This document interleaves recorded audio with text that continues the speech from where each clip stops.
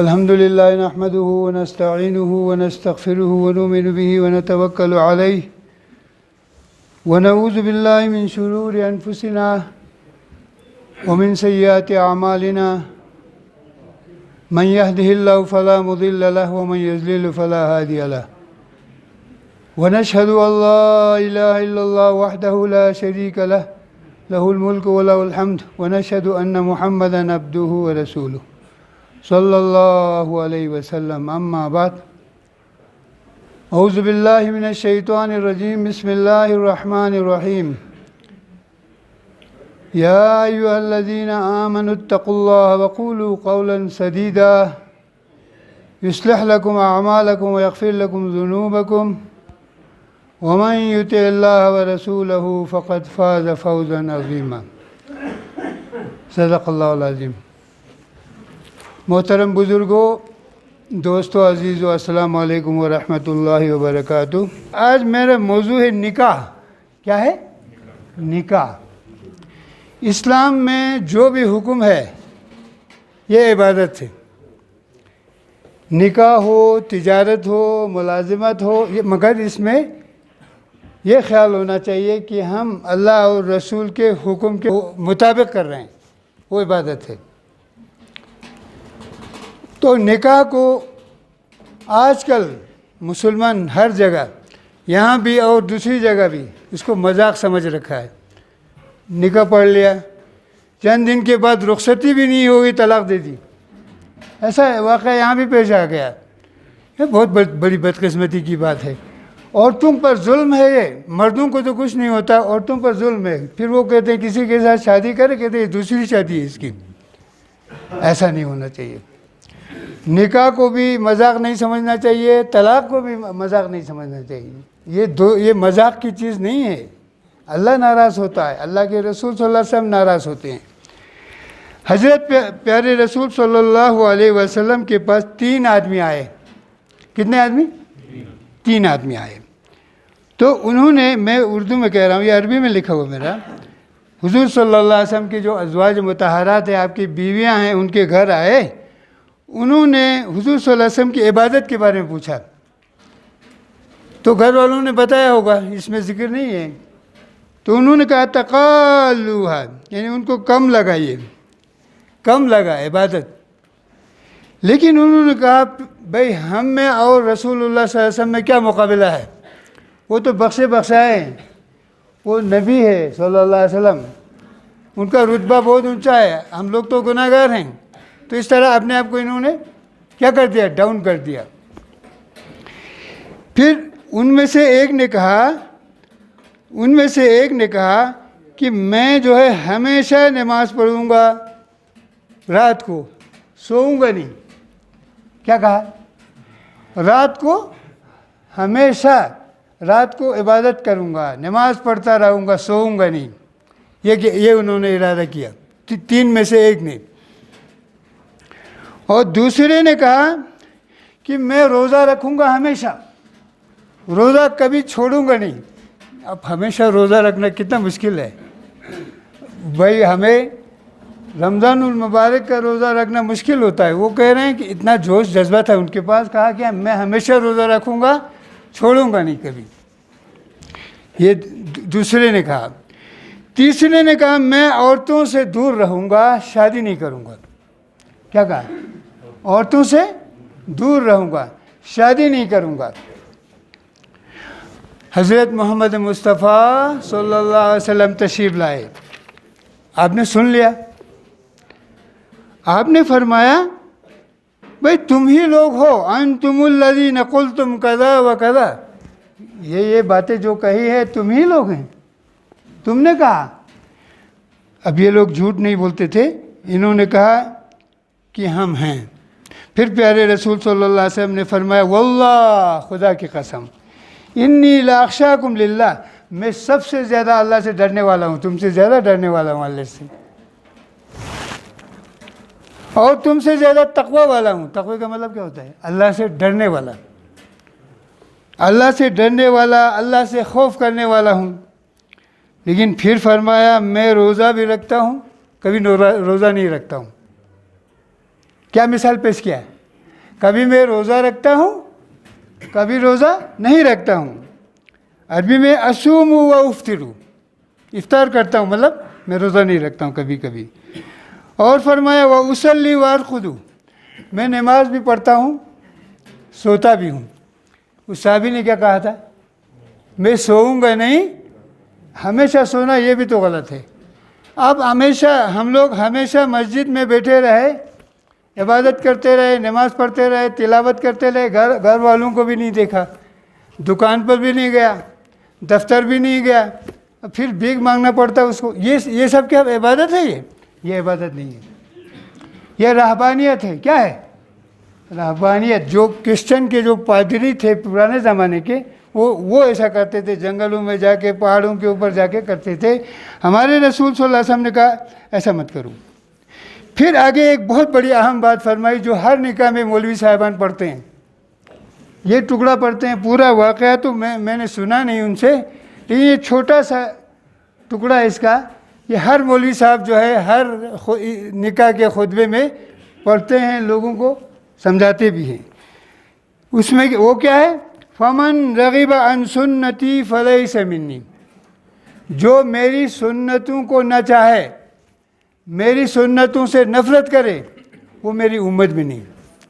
بہت سارے ایسے آپ دیکھیں گے، عورتوں میں بھی میں شادی نہیں کروں گی، مردوں میں بھی آپ دیکھیں گے شادی نہیں کریں گے تو آپ تو گناہ بھی تو ہوگا، گناہ کی چانسز ہے، 100 میں ایک آدمی ہو سکتا ہے گناہ نہ ہو. اور بہت سارے بیوائیں ہیں، جوان ہیں، شادی نہیں کیے، ان کے ماں باپ بھی ان کے لیے کوشش نہیں کرتے ہیں. بہت سارے مرد ایسے ہیں جن کی بیویوں کا انتقال ہو گیا، وہ بھی کوشش نہیں کرتے، ان کے ماں باپ نہیں کوشش کرتے ہیں، ان کے رشتہ دار کوشش نہیں کرتے، وہ خود شرماتے ہیں. بیٹی کسی کی ہو وہ خود باپ سے کبھی نہیں کہے گی، ماں سے نہیں کہے گی میں شادی کروں گی. تو ماں کو سوچنا ہے، باپ کو سوچنا ہے، اس کی زندگی کے بارے میں سوچنا ہے. کتنی پاک تعلیم ہے. اللہ ہم سب کو توفیق دے اس میں. حضرت عبداللہ ابن مسعود رضی اللہ تعالیٰ عنہ کہتے ہیں، میں صحیح حدیث، یہ بخاری شریف کی حدیث ہے جو میں نے آپ کے سامنے روایت کی. حضرت عبداللہ ابن مسعود فرماتے ہیں یا معاشر الشباب، نوجوانوں سے کہا، اس میں بھی نوجوان بہت ہے، کسی کی عمر 35 سال، ہاں اس سے بھی زیادہ 40 سال ہونے کو ہے، لیکن انکار کر رہے ہیں، یا کوئی ان کے بھائی کوشش نہیں کر رہے ہیں، ان کی بہنیں کوشش نہیں کر رہے ہیں ان کے لیے، یہ سب گناہ ہے، یہ گناہ ہے. یا معاشر الشباب، اے نوجوانوں، من استطاع منکم الباء، جو شادی کر سکتا ہے، شادی کی جس کو گنجائش ہے، اس کو کیا کرنا چاہیے؟ فلیتزوج، اس کو شادی کرنی ہے. یہ نہیں سوچنا ہے شادی جو ہے کہ گناہ ہے، نہ، شادی نہ کرنا گناہ ہے. اور مذاہب میں آپ دیکھتے ہیں ہمارے آس پاس پڑوس میں ان کے ہاں شادی نہ کرنا کیا ہے؟ ثواب سمجھتے ہیں، ہے نا، لیکن اس کے بعد کتنے گناہ ہوتے ہیں وہ خود جانتے ہیں. فرمایا اس کو کیا کرنا چاہیے؟ اس کو شادی کرنی چاہیے. آپ کہہ رہے ہیں نکاح کی بات کر رہے ہیں، عبادت کی بات کرو. کوئی سوچ سکتا ہے ارے نماز کی بات کرو، یہ بھی عبادت ہے، یہ بھی عبادت ہے. عبادت کا مطلب کیا ہے؟ جو کام اللہ اور رسول کے حکم کے مطابق کرے وہ عبادت ہے. چاہے آپ کی تجارت ہو، ملازمت ہو، کوئی بھی کام ہو، مگر اس میں اللہ کے لیے کرنے کا وہ ارادہ ہونا چاہیے. پھر فرمایا آپ نے فَإِنَّهُ أَغَضُّ لِلْبَصَرِ، کہا یہ آنکھوں کے لیے کیا ہے؟ علاج ہے، آنکھوں کا علاج. جس مرد کے اندر جوش ہو، جس لڑکی کے اندر جوش و جذبہ ہو شادی کرنے کا، شادی نہیں کی ہے تو نظریں اس کی اٹھتی ہے نہیں اٹھتی؟ بہت جگہوں پر اٹھتی ہے. جب شادی کر لیتا ہے تو وہ پھر بچ جاتا ہے اس سے.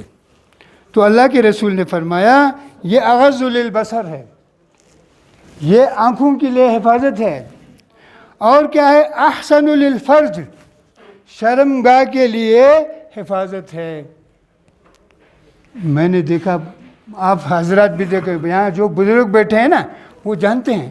ہم لوگ تو گاؤں والے ہیں، گاؤں میں دیکھا ایک دم شادی کرتے ہیں، نہیں دیکھتے ہیں کہ وہ امیر آدمی ہے کیا آدمی ہے. اگر جو ہے لائق ہے، وہ لڑکی کے لائق یا لڑکے کے لائق ہے تو وہ ایک دوسرے کو بات کر کے ایک دم کرتے ہیں. اگر اس کے پاس سامان نہیں ہے تو وہ ایسے عاریتاً دے دیتے ہیں، رضائی دیتے ہیں، کپڑے دیتے ہیں، دوسری چیزیں دیتے ہیں، وہ ایک دوسرے کو کہتے رہتے ہیں۔ آج یہ رواج کم ہو گیا، ہو سکتا ہے تھوڑا سا ہوگا لیکن رواج یہ کم ہو گیا۔ یہ ہونا چاہیے، یہ ہونا چاہیے ہمارے اندر۔ پھر فرمایا وَمَن لَمْ يَسْتَطِعْ، پھر علاج بتایا رسول اللہ صلی اللہ علیہ وسلم نے کہ جو شادی نہیں کر سکتا ہے، ایسا بھی آدمی ہو سکتا ہے، گنجائش نہیں اس کے پاس، یا لڑکی تیار نہیں ہے یا لڑکا تیار نہیں ہے، مشکل ہے اس کے لیے، تو فرمایا فَعَلَيْهِ بِالصَّوْمِ، تو اس کو روزہ رکھنا چاہیے، اس کو زیادہ سے زیادہ روزہ رکھنا چاہیے۔ روزہ رکھنے سے آدمی کمزور ہوتا ہے، پھر کیا، پھر جو ہے یہ نگاہ جو ہے اس کی تھوڑی سی حفاظت ہو جاتی ہے، لیکن شادی کرنا جو ہے یہ عبادت ہے۔ فَإِنَّهُ وِجَاءٌ، یہ کیا ہے؟ وجا، توڑ دیتا ہے اس کو، یہ اس سے حفاظت ہے۔ روزہ بھی رکھا، تھوڑی سی کمزوری آ گئی، یہ جو ہے بچنے کا ایک ذریعہ ہوتا ہے۔ یہ حدیث کہاں ہے معلوم ہے آپ کو؟ متفق علیہ، بخاری شریف میں بھی ہے، حدیث شریف میں بھی ہے۔ اس لیے ہمیں اپنی لڑکیوں کے بارے میں سوچنا ہے، پوتیوں کے بارے میں، پوتا پوتی، نواسا نواسی، یا رشتہ داروں میں جو ہیں، سب کے لیے سوچنا ہے، امت کے لیے سوچنا ہے، کم از کم اپنے گاؤں کے لیے تو سوچنا ہے، گاؤں کی بچیوں کے لیے، گاؤں کے جو لڑکے جو ہے وہ غیر شادی شدہ ہے ان کے لیے ضرور سوچنا چاہیے۔ اللہ ہم سب کو توفیق دے۔ ایک حدیث مبارک میں رسول اکرم صلی اللہ علیہ وسلم فرماتے ہیں، عن ابی ہریرہ قال رسول اللہ صلی اللہ علیہ وسلم تنکح المرأة لأربع لمالها ولحسبها ولجمالها ولدینها فاصبر بذات الدین تربت یداک، متفق علیہ، بخاری مسلم ہے، بخاری شریف اور مسلم شریف کی حدیث۔ فرمایا عورتوں سے نکاح کیا جاتا ہے چار چیزوں کی وجہ سے۔ کتنے چیزوں کی وجہ سے؟ چار۔ عام طور پر لوگ جو دیکھتے ہیں، سب سے پہلے لوگ دیتے ہیں یہ اس کے پاس پیسے ہے یا نہیں، مالدار ہے یا غریب ہے، یہ دیکھتے ہیں سب سے پہلے، یہ فرمایا رسول اللہ صلی اللہ علیہ وسلم نے۔ پھر دیکھتے ہیں ولی حسبہا، خاندانی ہے یا نہیں، اعلیٰ خاندان کا ہے یا نہیں، یہ دیکھتے ہیں۔ پھر دیکھتے ہیں ولی جمالہا، خوبصورتی دیکھتے ہیں، لڑکی یا لڑکا خوبصورت ہے یا نہیں، یہ دیکھتے ہیں۔ اللہ کے نبی فرماتے ہیں ولی دینہا، سب سے آخر میں کس چیز کو دیکھتے ہیں لوگ؟ دین کو دیکھتے ہیں، حالانکہ یہ سب سے پہلے دیکھنے کی ہے، دیکھتے کب ہے؟ سب سے آخر میں۔ فَاصْبِرْ بِذَاتِ الدِّينِ، آپ نے کہا بھائی اس کا زیادہ خیال رکھو، دینداری کا زیادہ خیال رکھو۔ کیوں؟ اگر ہم نے مال کے لیے کیا، مال کے لیے شادی کی، کبھی آفت آ گئی، مصیبت آ گئی، مال ختم ہو گیا، آپ کیا کریں گے؟ بیٹے کو یا اس کو چھوڑ دے گا وہ، ٹھیک۔ خوبصورتی کے لیے کیا، لڑکا بیمار ہو گیا، لڑکی بیمار ہو گئی، کیا ہو گئی؟ خوبصورتی خوبصورتی ختم۔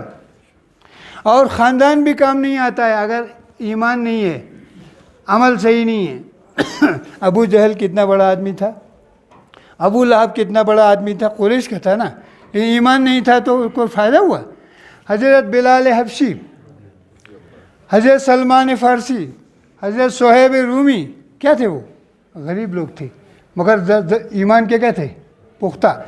حضرت عمر فاروق نے سب سے پہلے ملاقات کے لیے بلایا انہی کو، حضرت بلال کو، حضرت ابو ذر وغیرہ کو بلایا، اب وہ ابو سفیان وغیرہ کو بعد میں بلایا۔ تو لوگوں نے کہا یہ تو قریش کے بڑے بڑے لوگ ہیں، انہوں نے کہا بھائی یہاں یہ بڑائی نہیں چلتی ہے، یہاں ایمان کا سکہ چلتا ہے۔ یہ ہے دوستو بزرگوں۔ آگے فرمایا پیارے رسول صلی اللہ علیہ وسلم نے شادی کرنا کتنی ضروری ہے۔ الدنیا کلھا متاع، پوری دنیا متاع ہے، متاع مانے مال، تھوڑی دیر کے لیے لطف اٹھانے کے لیے مال ہے۔ آگے فرمایا وخیر متاع الدنیا المرأة الصالحہ، اگر نیک عورت ہے، نیک عورت کسی کو مل گئی تو جنت مل گئی اس کو۔ اللہ کے رسول نے فرمایا دوسری حدیث میں، گھر ہے اس کے پاس رہنے کے لیے، کھانے کے لیے تھوڑا سا کھانا ہے، اور نیک بیوی مل گئی وہ تو جنت مل گئی اس کو۔ اگر سب کچھ ہے، بیوی صحیح نہیں، کبھی شوہر صحیح نہیں، گھر میں کیا ہوتا ہے؟ جھگڑا ہوتا رہتا ہے، بچے پریشان، وہ پریشان، یہ پریشان، پھر جو ہے مصیبت آتی ہے۔ تو اس لیے ہمیں دین کو سب سے زیادہ دیکھنا ہے، دین کی فکر کرنا ہے سب سے زیادہ۔ اور اپنے جو ہمارے قوم میں آپ جس جگہ کی بھی ہیں تو اپنے علاقے کے بچوں کا خیال کرنا ہے، ان کی تعلیم کا خیال کرنا ہے، ان کی شادی کا خیال کرنا، ان کی دوسری چیزوں کا خیال کرنا، یہ ہم لوگوں کی ذمہ داری ہے۔ اللہ کے رسول صلی اللہ علیہ وسلم نے قریش کے لوگوں کی تعریف کرتے ہوئے فرمایا، خیر النساء، بہترین عورتیں کون ہیں؟ رکبن الابل، جو اونٹوں پر سوار ہوتی ہیں، قریش کی تھیں وہ۔ آپ پھر فرمایا صالح نساء قریش، قریش کی نیک بخت بیویاں ہیں۔ آگے فرمایا احناہ علی ولدہ علی ولد فی صغری، وہ عورت جو ہے وہ بہت ہی شفقت کرنے والی ہے، بہت ہی محبت کرنے والی ہے قریش کی عورتیں۔ کس کے لیے؟ جب بچہ چھوٹا ہوتا ہے اس پر محبت کرتی ہے۔ بہت ساری مائیں جو ہے تھپڑ مارتی ہیں نا، چھوٹا بچہ چھوٹا بھی ہو تب بھی مارتی ہیں، قریش کی عورتیں ایسا نہیں کرتی تھیں۔ آگے فرمایا وَأَرْعَاهُ عَلَى زَوْجٍ، اپنے شوہر کا خیال کرتے ہیں۔ شوہر کی کس چیز کا؟ فی ذات یدہ، اس کی عزت کا خیال، اپنی عزت کا خیال، شوہر کی عزت کا خیال، شوہر کے مال کا خیال۔ یہ آپ نے قریش کی عورتوں کی تعریف کی۔ تو اسی میں جو آپ کو حدیث سنا رہا ہوں اس لیے سنا رہا ہوں، اس سے مجھ کو فائدہ ہو، آپ حضرات کو فائدہ ہو۔ ہم سوچے تھا ذرا ان چیزوں پر، ان حدیثوں پر ہم لوگ غور کریں۔ حضرت اسامہ ابن زید رضی اللہ تعالیٰ عنہ، حضرت اسامہ وہ ہیں جن کو عمر فاروق نے اپنے بیٹے سے زیادہ تنخواہ دے دی۔ اگر کوئی ظالم حکومت کرنے والا ہو تو کس کو زیادہ دے گا؟ بیٹے کو۔ انہوں نے کس کو زیادہ دی؟ حضرت اسامہ کو 500 دینار زیادہ دیا۔ ان کے بیٹے حضرت عبداللہ نے شکایت کی، کیا خاص بات ہے ان کے اندر، میں بھی تو جہاد کرتا ہوں، میں بھی تو اسلام لایا ہوں پہلے۔ تو حضرت عمر فاروق نے کہا رسول اکرم صلی اللہ علیہ وسلم تم سے زیادہ اسامہ سے محبت کرتے تھے۔ اسامہ کس کے بیٹے تھے؟ حضرت زید کے۔ حضرت زید جو ہے رسول اللہ صلی اللہ علیہ وسلم کے غلام تھے، پھر بعد میں آپ نے آزاد کیا، ان کا ذکر قرآن پاک میں ہے۔ ایک صحابی 1,24,000 صحابہ میں صرف حضرت زید کا ذکر ہے، کہاں پر؟ قرآن پاک میں، سورہ احزاب میں آپ دیکھیں گے 22ویں پارے میں وہاں پر ہے۔ تو یہ حضرت اسامہ جو ہے انہی کے بیٹے ہیں۔ تو اس لیے حضرت عمر فاروق نے زیادہ خیال رکھا ان کا، کیونکہ رسول اللہ صلی اللہ علیہ وسلم ان کو زیادہ چاہتے ہیں۔ اسی طرح حضرت حسین اور حسن کو بھی زیادہ تنخواہ دی اپنے بیٹے سے۔ پھر جب حضرت عمر کے بیٹے نے شکایت کی تو حضرت عمر نے فرمایا رسول اللہ صلی اللہ علیہ وسلم زیادہ تم سے زیادہ ان دونوں کو چاہتے تھے، ان دونوں کو چاہتے تھے۔ تو ان سے ایک حدیث مروی ہے، میں اس لیے ان کا ذکر کیا، قال ما ترکت بعدی ادر علی الرجال من النساء، متفق علیہ۔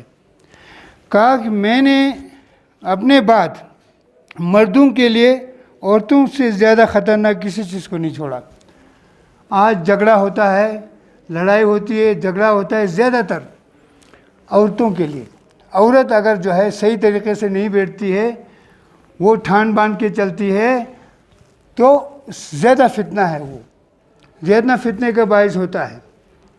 تو فرمایا کہ میں جو ہے عورتوں کے لیے، عورتوں کو، ان کا مطلب یہ نہیں کہ عورتیں خراب ہیں، یہ مطلب نہیں، عورتوں کی آپ نے بڑی تعریف کی ہے، یعنی جو اس زمانے کے حساب سے آپ نے فرمایا کہ بعد میں ایسا زمانہ آئے گا عورتوں کی وجہ سے مرد جو ہے فتنے میں پڑ جائیں گے۔ حضرت ابو ہریرہ رضی اللہ تعالیٰ عنہ فرماتے ہیں عن ابی سعید الخدری رضی اللہ تعالیٰ عنہ الدنیا حلوۃ خضرہ، دنیا جو ہے بہت میٹھی ہے، دل لگتا ہے اس میں انسان کا، اور یہ سرسبز و شاداب ہے، اور اللہ تعالیٰ نے تم کو خلیفہ بنایا یہاں دنیا میں رہنے کے لیے. ہم سے پہلے کوئی اور آیا، وہ ختم ہو گیا، ابھی ہم ہیں، اس کو خلیفہ بولتے ہیں. کہ اولا فتنہ، پھر فرمایا فَيَنْظُرُوا كَيْفَ تَعْمَلُونَ، اللہ تعالیٰ دیکھتا ہے کہ تم کیا کر رہے ہو. اللہ تو سب جانتا ہے. فَاتَّقُوا الدُّنْيَا، دنیا سے بچتے رہو. اس کا مطلب ہے نہیں دنیا اختیار مت کرو، یہ نہیں مطلب ہے.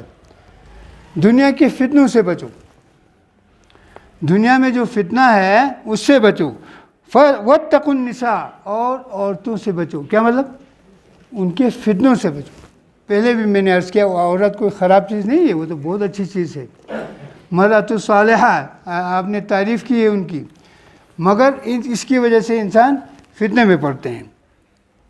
اور پھر آپ نے فرمایا فَإِنَّ أَوَّلَ فِتْنَةٍ، سب سے پہلا فتنہ جو بنی اسرائیل میں آیا وہ عورتوں کی وجہ سے آیا.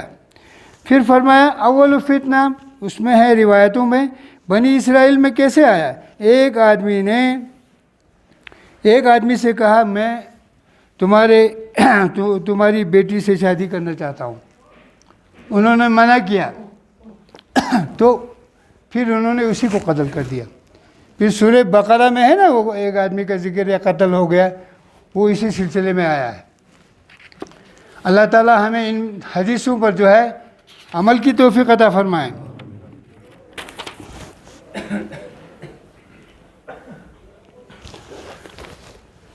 جو حدیث میں نے آپ کے سامنے ابھی پڑھی، یہ آیت پاک، اس میں اللہ تعالیٰ کہتا ہے یا ایھا الذین آمنوا اتقوا اللہ، اے ایمان والو اللہ سے ڈرو. اللہ کا ڈر جس آدمی کے اندر آ جاتا ہے وہ اچھا کام کرتا ہے. اگر غلط کام بھی ہو جاتا ہے پھر توبہ کرتا ہے وہ. وقولوا قولا سدیدا، اور بات کیسی کہو؟ صحیح بات، صحیح بات کہو، غلط بات مت کہو. یصلح لکم اعمالکم، اللہ تعالیٰ تمہارے بگڑے ہوئے کاموں کو بنا دے گا، بگڑے ہوئے کاموں کو بنا دے گا. ویغفر لکم، اور اللہ تعالیٰ گناہوں کو معاف کر دے گا، گناہوں کو معاف کر دے گا. ومن یطع اللہ ورسولہ فقد فاز فوزا عظیما، جس شخص نے اللہ اور رسول کی اطاعت کی، اللہ کی اطاعت کی، رسول صلی اللہ علیہ وسلم کی اطاعت کی، وہ کامیاب ہو گیا. دوستو بزرگوں، اگر آپ کو کوئی دین کی بات بتاتا ہے قرآن کی روشنی میں، حدیث کی روشنی میں، چاہے وہ مولوی صاحبان ہو، چاہے وہ عالمہ حضرات ہو، یہ ہمیں سوچنا چاہیے کہ یہ تو ہمارے محسن ہیں، ہم پر احسان کرنے والے ہیں، ہم پر احسان کرنے والے ہیں. تو اللہ تعالیٰ ہم سب کو توفیق دے کہ جو باتیں یہاں کہی جاتی ہے اس پر غور کیجیے آپ. اور امام صاحب یا کوئی مولوی صاحب غلط کہیں تو آپ الگ سے ان سے پوچھ سکتے بھائی یہ آپ نے بات کہاں سے کہی ہے، بات تو آپ کی غلط ہے، یہ آپ کو حق ہے، یہ ہم سب کو حق ہے. ٹھیک ہے. اور امت کے بزرگ انڈیا میں جہاں کہیں بھی ہو ان کے لیے بھی ہم دعا کریں گے انشاءاللہ. تو دعا کرنے میں کوئی حرج نہیں ہے، تو اس میں کنجوسی نہیں کرنا چاہیے. سب کے لیے ہمیں دعا کرنا چاہیے، مریضوں کے لیے دعا کرنا چاہیے، اور جو پریشان حال ہے ان کے لیے دعا کرنا چاہیے. اللہ پاک مجھے بھی اور آپ حضرات کو عمل کی توفیق عطا فرمائے. وآخر دعوانا ان الحمد للہ.